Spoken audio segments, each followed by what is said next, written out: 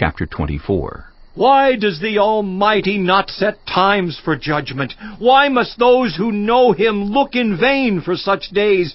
There are those who move boundary stones. They pasture flocks they have stolen. They drive away the orphan's donkey and take the widow's ox in pledge. They thrust the needy from the path and force all the poor of the land into hiding. Like wild donkeys in the desert, the poor go about their labor of foraging food. The wasteland provides food for their children. They gather fodder in the fields and glean in the vineyards of the wicked. Lacking clothes, they spend the night naked. They have nothing to cover themselves in the cold. They are drenched by mountain rains and hug the rocks for lack of shelter. The fatherless child is snatched from the breast. The infant of the poor is seized for a debt. Lacking clothes, they go about naked. They carry the sheaves, but still go hungry. They crush olives among the terraces. They tread the wine presses, yet suffer thirst. The groans of the dying rise from the city, and the souls of the wounded cry out for help. But God charges no one with wrongdoing. There are those who rebel against the light, who do not know its ways, or stay in its paths. When daylight is gone, the murderer rises up, kills the poor and needy, and in the night steals forth like a thief. The eye of the adulterer watches for dusk. He thinks, no eye will see me, and he keeps his face concealed. In the dark, thieves break into houses, but by day they shut themselves in. They want nothing to do with the light. For all of them, midnight is their morning. They make friends with the terrors of darkness, yet they are foam on the surface of the water. Their portion of the land is cursed, so that no one goes to the vineyards. As heat and drought snatch away the melted snow, so the grave snatches away those who have sinned. The womb forgets them, the worm feasts on them.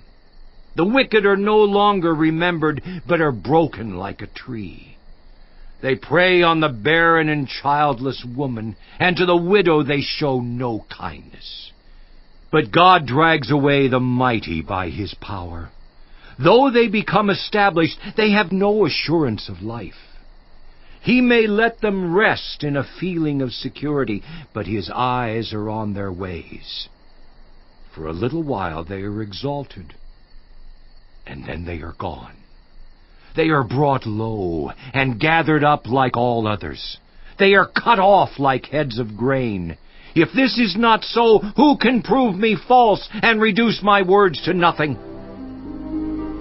Chapter 25. Then Bildad the Shuhite replied, Dominion and awe belong to God. He establishes order in the heights of heaven. Can His forces be numbered? On whom does His light not rise? How then can a mortal be righteous before God? How can one born of woman be pure? If even the moon is not bright and the stars are not pure in His eyes, how much less a mortal who is but a maggot, a human being who is only a worm? Chapter 26. Then Job replied, How you have helped the powerless! How you have saved the arm that is feeble! What advice you have offered to one without wisdom, and what great insight you have displayed! Who has helped you utter these words, and whose spirit spoke from your mouth? The dead are in deep anguish, those beneath the waters and all that live in them. The realm of the dead is naked before God. Destruction lies uncovered. He spreads out the northern skies over empty space. He suspends the earth over nothing. He wraps up the waters in His clouds, yet the clouds do not burst under their weight. He covers the face of the full moon, spreading His clouds over it. He marks out the horizon on the face of the waters for a boundary between light and darkness. The pillars of the heavens quake, aghast at His rebuke. By His power He churned up the sea. By His wisdom He cut Rahab to pieces. By His breath the skies became fair. His hand pierced the gliding serpent. and these are but the outer fringe of his works. How faint the whisper we hear of him! Who then can understand the thunder of his power? Chapter 27. And Job continued his discourse. As surely as God lives, who has denied me justice? The Almighty, who has made my life bitter. As long as I have life within me, the breath of God in my nostrils, my lips will not say anything wicked, and my tongue will not utter lies. I will never admit you are in the right. Till I die, I will not deny my integrity. I will maintain my innocence and never let go of it. My conscience will not reproach me as long as I live. May my enemy be like the wicked, my adversary like the unjust. For what hope have the godless when they are cut off, when God takes away their life? Does God listen to their cry when distress comes upon them? Will they find delight in the Almighty? Will they call on God at all times? I will teach you about the power of God.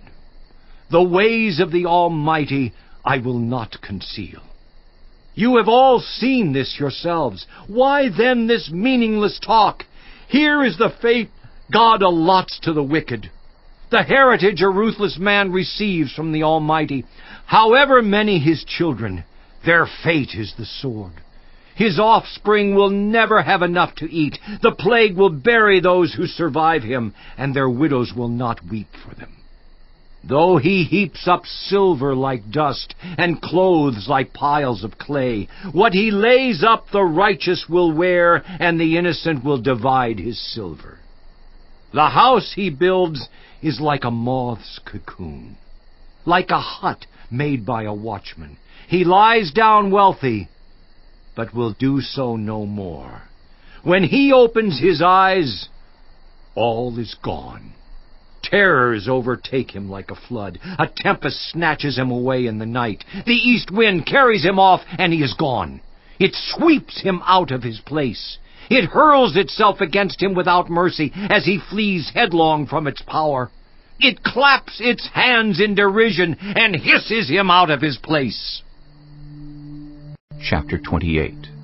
There is a mine for silver, and a place where gold is refined. Iron is taken from the earth, and copper is smelted from ore. Mortals put an end to the darkness. They search out the farthest recesses for ore in the blackest darkness. Far from human dwellings they cut a shaft, in places untouched by human feet. Far from other people they dangle and sway. The earth from which food comes is transformed below as by fire. Lapis lazuli comes from its rocks, and its dust contains nuggets of gold. No bird of prey knows that hidden path. No falcon's eye has seen it. Proud beasts do not set foot on it, and no lion prowls there. People assault the flinty rock with their hands, and lay bare the roots of the mountains. They tunnel through the rock. Their eyes see all its treasures. They search the sources of the rivers and bring hidden things to light. But where can wisdom be found? Where does understanding dwell? No mortal comprehends its worth. It cannot be found in the land of the living. The deep says, "It is not in me." The sea says, "It is not with me." It cannot be bought with the finest gold, nor can its price be weighed out in silver. It cannot be bought with the gold of Ophir, with precious onyx or lapis lazuli. Neither gold nor crystal can compare with it, nor can it be had for jewels of gold. Coral and jasper are not worthy of mention. The price of wisdom is beyond rubies. The topaz of Cush cannot compare with it. It cannot be bought with pure gold. Where then does wisdom come from? Where does understanding dwell? It is hidden from the eyes of every living thing, concealed even from the birds in the sky. Destruction and death say, "Only a rumor of it has reached our ears." God understands the way to it, and He alone knows where it dwells.